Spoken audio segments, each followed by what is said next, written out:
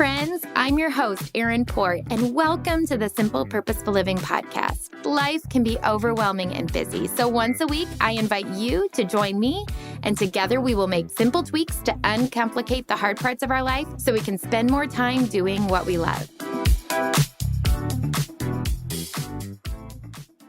Well, welcome back to the show. I am so excited to introduce Kim Stuart, an accomplished author of Star for Jesus and many other beloved titles. Kim has touched countless hearts with her writing and her work as a public speaker and podcaster. She brings joy and faith into each reader's life through her humor, warmth, and wit. I can tell you firsthand. You'll laugh and you'll cry with her. I had the privilege of meeting Kim early last spring at Hello, Iowa, and I'll never forget her encouragement as I set out to write my own book. She is truly a ray of sunshine and has a gift for making others feel seen, known, and supported. As I thought about the themes I wanted to explore this fall, one person immediately came to mind, Kim. In a time marked by increasing stress and endless opinions, I knew I wanted her to invite her to share. How can we live in a world where disagreement doesn't divide, but instead can be navigated with grace? Kim's insight, both as a storyteller and a compassionate human being, makes her the perfect voice to speak into this crucial conversation. Welcome to the show, Kim. Wow, that's the kindest intro I've ever heard in my life. Let's end right there because I will surely disappoint. Well, I meant every word. You are. Oh my goodness. Thank you, Erin. You're so kind to have me on. I've been so looking forward to this. Well, so you wrote your latest book. I got the audio version, and while I normally read text, I loved your audio version because you narrated yourself, and it literally was like sitting down next to you the entire time. But one of the very first things that caught my attention is you talk about extending grace to the doinks. I just laughed out loud. I was like, in your book, Star for Jesus.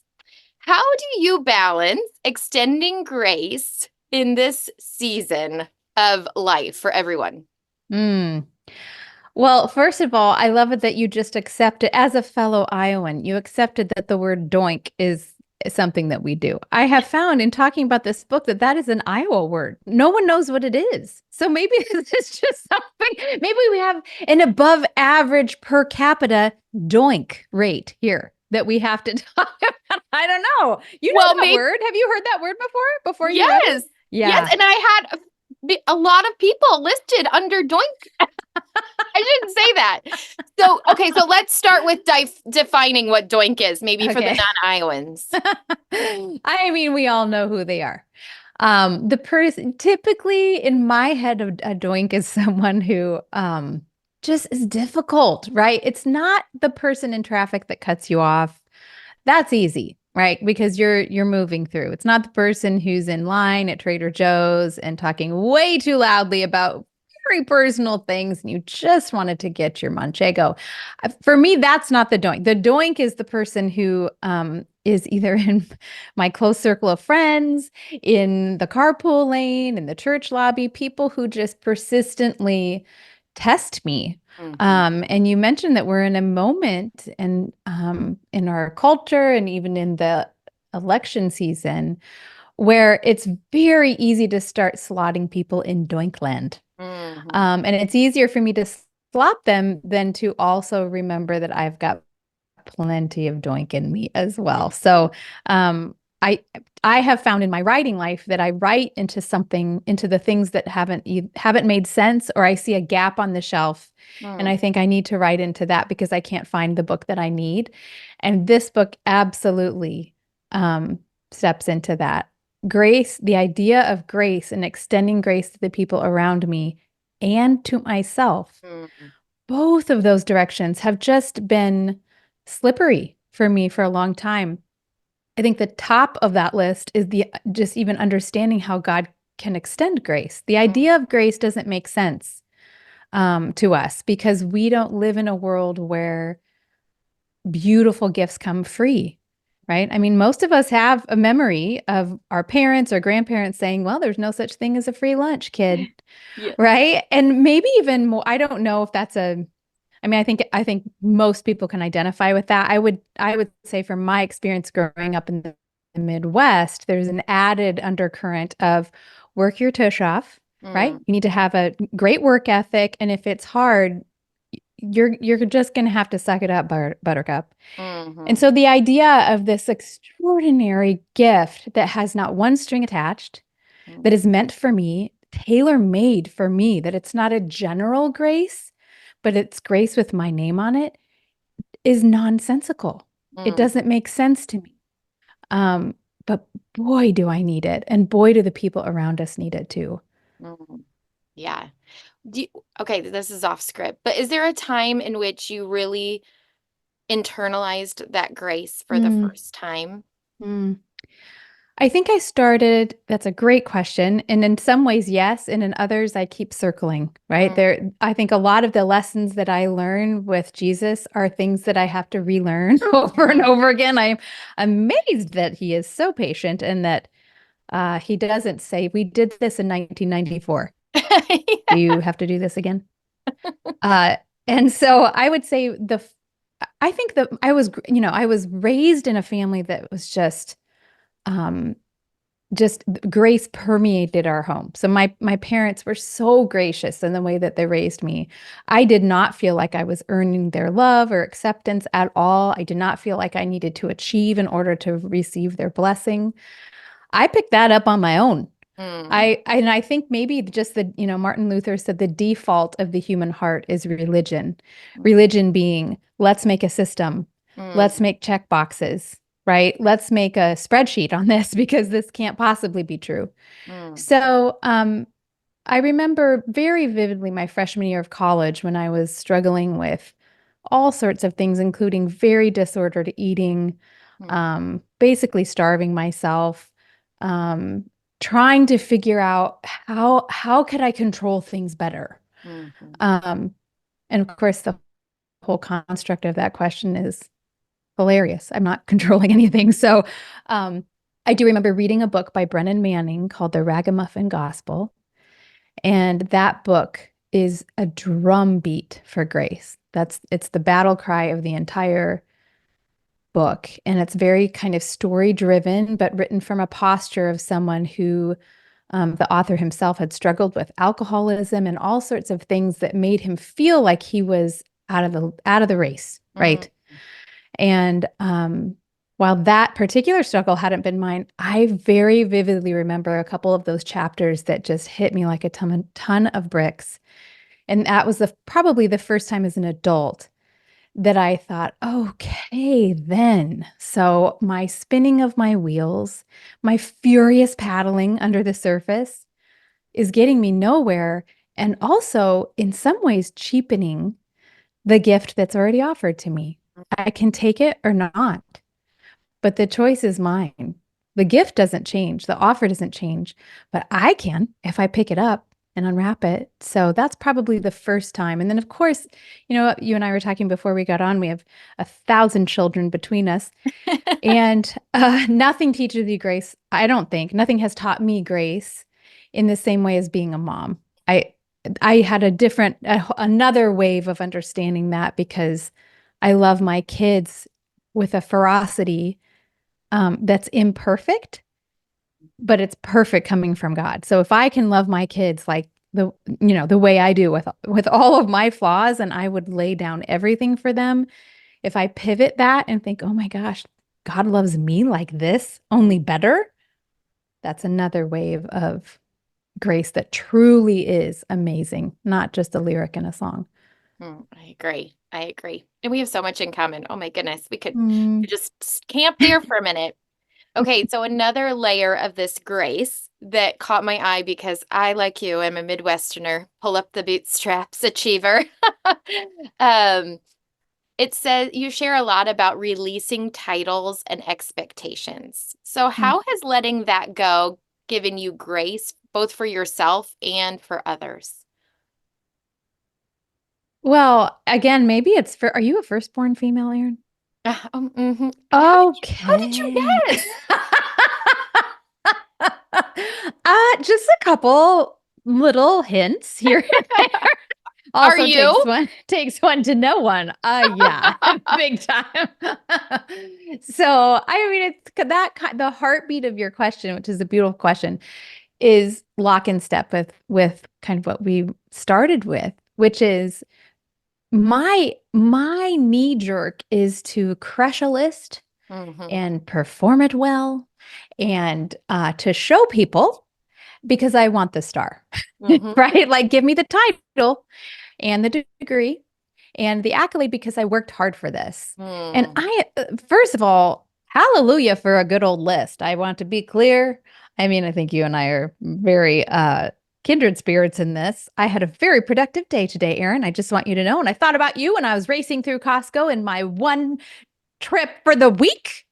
And I thought, this is simple and purposeful living right here. So, I mean, I'm a fan. I am a fan of lists and productivity and making the most of my time so that I can use other time elsewhere in meaningful ways. So that's a full stop. I don't think that what grace has become to me has meant, don't be you, because Mm. actually that's part of my wiring Mm-hmm. to spin some plates and to get some things going and to move into spaces where I can encourage people and infuse courage into other people. And that takes some work. Mm-hmm. So I love that. And I'm more accepting of that part of me instead of thinking, oh gosh, maybe there's something wrong. I don't think that at all. And for your listeners, my guess is that a large majority of the people listening also love themselves a list. Mm-hmm. So love that. I got confused somewhere along the way, thinking that to approach God, I need to have all of these boxes checked. That is different. That is a completely different, actually impoverishing posture. He is not waiting. Mm. Again, parenting taught me this, right? I never would say to one of my kids, I'd love to talk with you, but I'm going to need to see your productivity report. And how's your latest Google sheet, right? Then you may sit on my lap and tell me about your day. Absolutely not. When my kids fall asleep, when they were little, when they would fall asleep on my lap, halfway in a sentence or a story, I never would have awakened them and said, okay, now listen, I bet you have like point A and B of your thesis developed, but I'm going to need C and D before you take the nap. But somehow I started thinking that's what God does to me, right? He wants me to complete my book report, shine my shoes, then bring myself to him. Oh, that is the saddest possible version of what he says about us. He doesn't want any of that. He's not looking for me to tap dance. Put the tap dancing away, Kim, Mm-hmm. and just get in there. Get into just absolutely sit down with him. Mm-hmm. So it's a mindset shift, and I still, even after thinking about it, writing about it, talking about it, catch myself all the time thinking, well, I have to make this right, and then I talk to Jesus about it. Opposite. It's the opposite. He wants to help me make it right. Yes, Right? I don't need to get it beforehand. So, I love that. So many, gosh, I feel like you've been sitting side by side in my therapy sessions with me this summer. well, again, takes one to know one. I get it, man. I'm right there with you.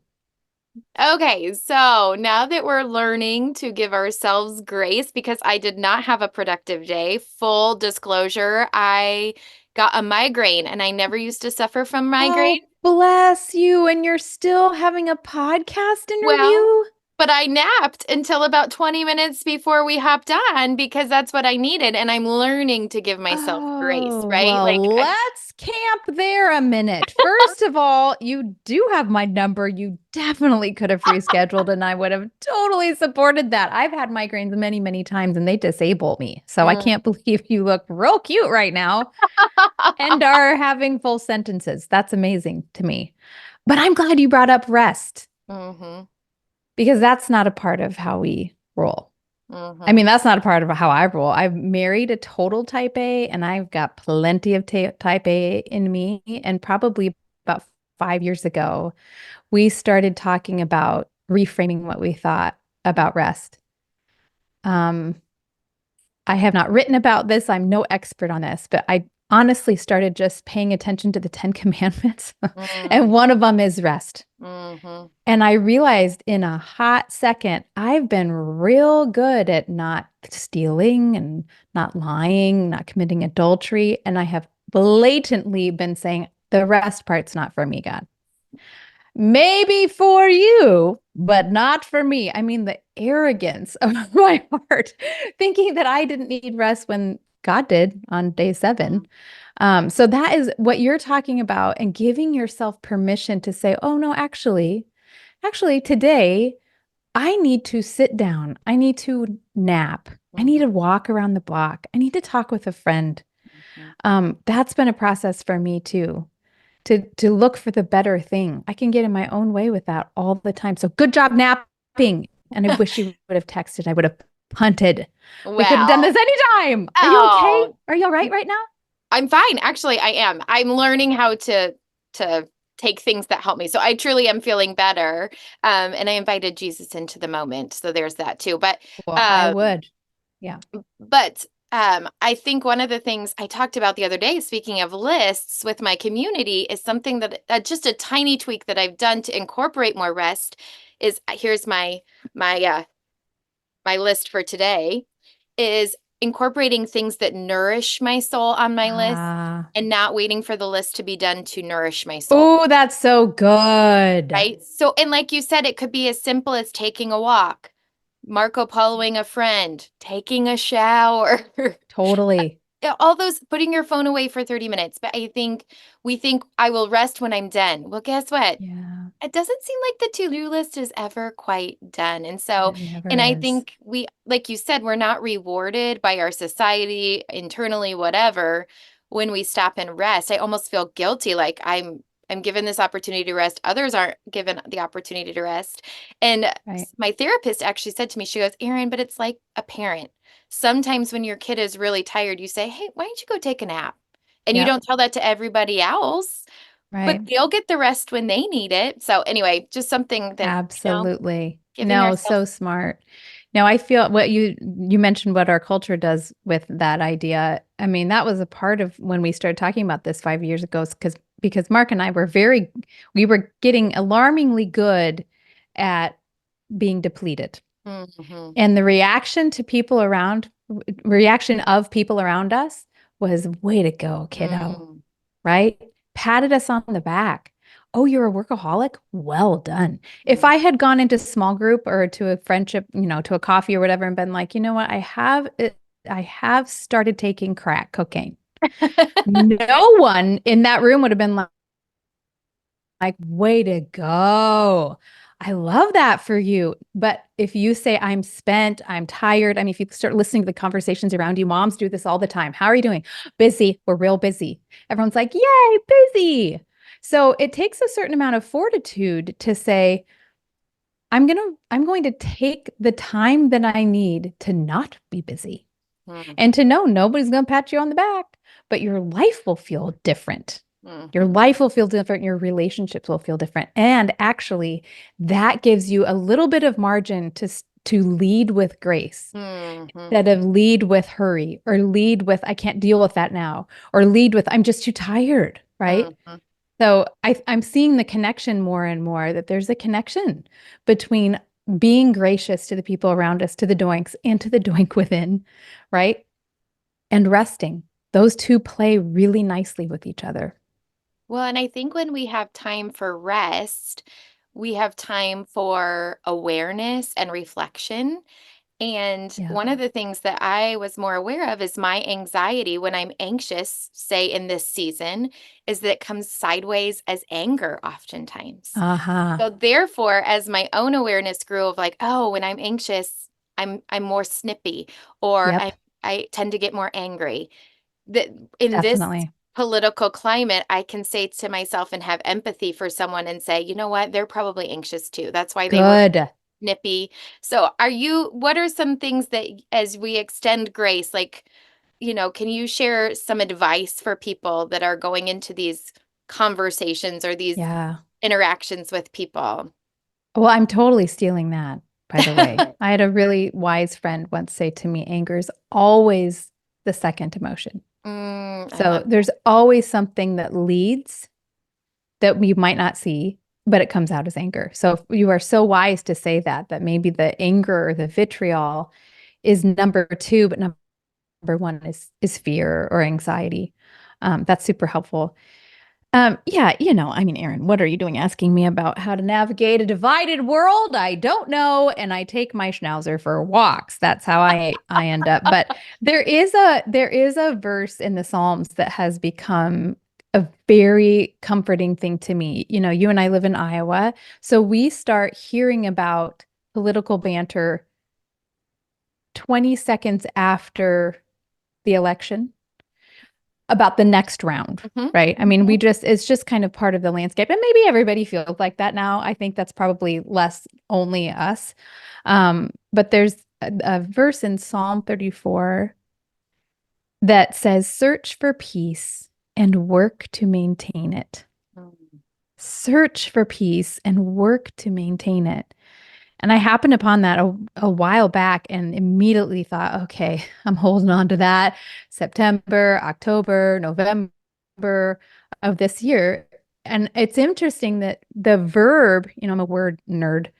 So the verb to search, right? The command is search for peace and work to maintain it. Feels like it'd be really easy to find discord. I don't think you have to search for discord. I don't think you have to search for, as you said, anger or division or people getting all up, whipped up. You do not have to search for that. You will have to search for peace. And when you find it, we work to maintain it, right? Mm. It's not an easy thing. It's not a knee-jerk reaction. So what does that mean on a daily basis? For me, very, very strictly limiting input. Mm. There's just not a lot of good, I don't think, on the other side of inundating my spirit and my brain with too much dissension. That's not, and I have plenty of friends who work in the space of, um, let's see, their personality type, but also their work requires them to be a little bit more frontward facing and sometimes combative. And I would never be able to do that. So I absolutely honor the discourse and the civic engagement. But even for those folks, the way in which we approach these things as people who love Jesus is different. We do this differently. We search for peace and then work our tails off to maintain it. That means we are not first, Mm. which is completely antithetical to the entire political discourse. Actually, we are not first. I am not the most important person in the room. My view is not the most important thing for everyone to hear. I Mm. need to listen better, right? Mm. As you said, lead with compassion for whatever's under the thing, even with the person, especially with the person who doesn't agree with you at all. Mm. To lead with, gosh, I'm just going to blanket this whole conversation with grace, try to understand this person well. And then I would add, be very mindful of your own darn self, Mm. meaning, how are you entering into the conversation? Have you extended grace to yourself going into the conversation, right? Are you saturated before you get there? Because that nothing good will happen, Mm. right? If you don't, there is a beautiful thing that is called get up and get out of the room. Mhm. And we don't take that enough. Go to the restroom, go outside, take a walk. I'm talking about conversations for work, a coffee, a social engagement, something at your kid's school, holiday dinner. Yeah. I'm just saying, nothing is forcing you to be there. So Mhm. sometimes just removing yourself physically from that space is just a beautiful thing you do for you and for the person in the room because you're leading with, I'm going to search for peace. As far as it depends on me, I'm going to make peace. And then I'm going to work to maintain it. Mhm. So, yeah, those two things, being willing to leave, making sure you're not saturated going in, leading with grace. That's three things. And then the fourth thing is to unplug. I just Mm. think there's such wisdom in unplugging. We were not meant to fight every battle. We Mhm. just weren't. That's not how God wired us. And for most of human history, we haven't done that. This is a new thing that we try to do, to Mhm. face every hardship, every conflict, every argument, and think we have to hold all of that. Not true. Yeah. That is not true. So unplugging from that and saying, nope, the sponge is full and being okay with that, I think is really wise. Yes. I think too, one last thing is asking questions. I think Yes. we're quick to jump to conclusions and assume. I had a very interesting conversation. I don't speak to a lot of things, but one of the things I speak to is adoption because we have Mm, personal experience. And recently I had engaged in a conversation with somebody that disagreed with me.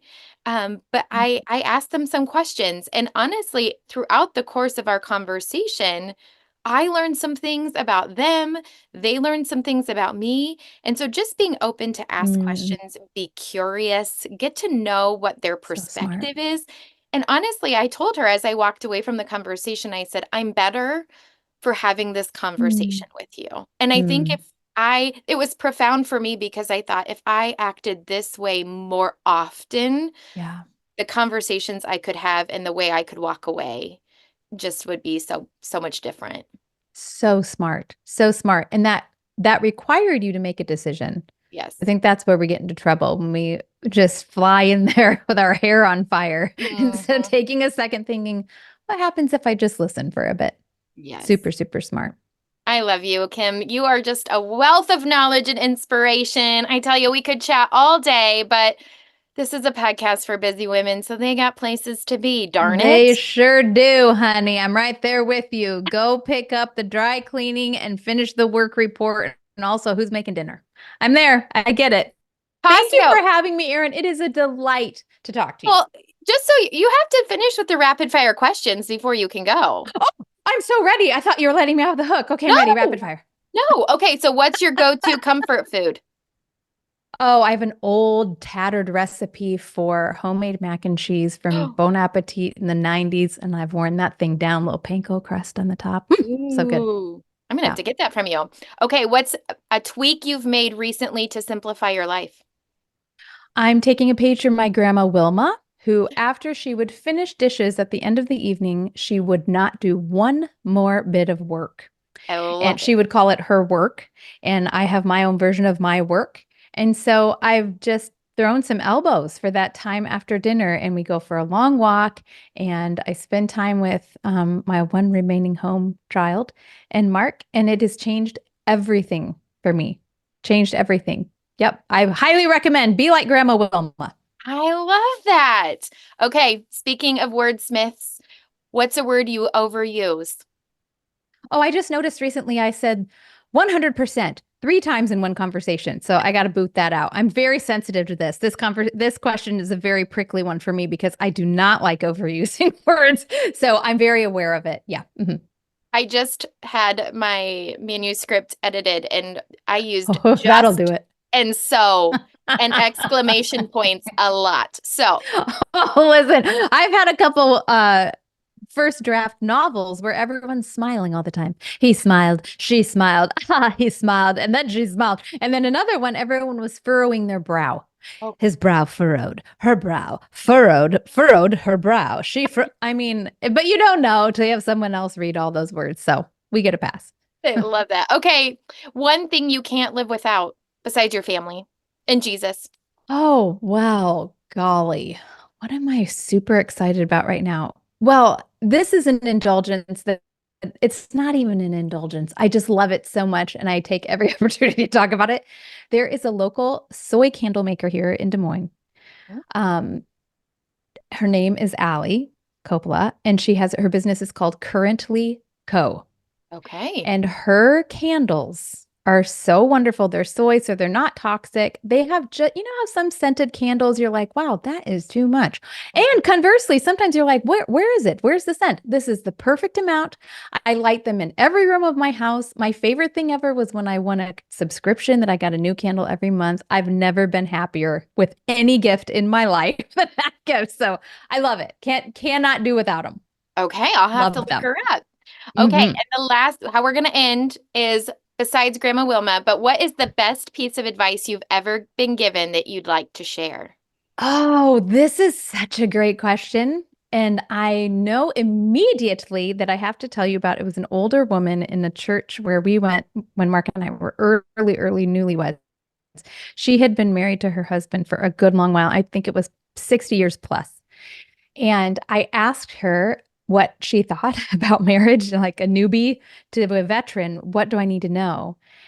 And she said, assume the best. And I Mm, thought, well, what does that mean? And she said, well, most of our fights have been because I didn't assume the best first. mm, And that will preach for my whole life, not just with Mark, with my kids, with the people who are difficult. Assume the best. My friend Bob always says, what's the least creepy reason this could be happening? mm. Why is this person being so unkind? Least creepy reason, they didn't sleep well last night, right? So that's the best advice I've ever been given. Assume the best. Assume we're coming at this at roughly the same position and see what happens from there.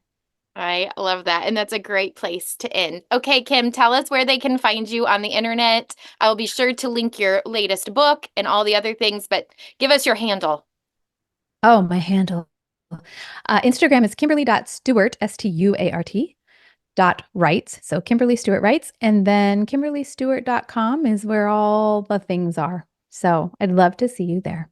And she has a podcast, and I'm telling Oh, her yeah, podcast she stuff. We're you're doing the just things. amazing and Oh, literally a fresh of breath air. No, that wasn't right. that'd be cool. A fresh of Breath of breath first. thanks for the grace. Oh. All right, friend. Thanks for bringing a breath of fresh air. Oh, you are so kind to me. Thank you for having me. It's been so much fun. If you liked this episode, it would mean so much if you'd share it with a friend or leave a quick rating and review so others can find our show. Until next time, you can find me at Simple Purposeful Living on Instagram and Facebook.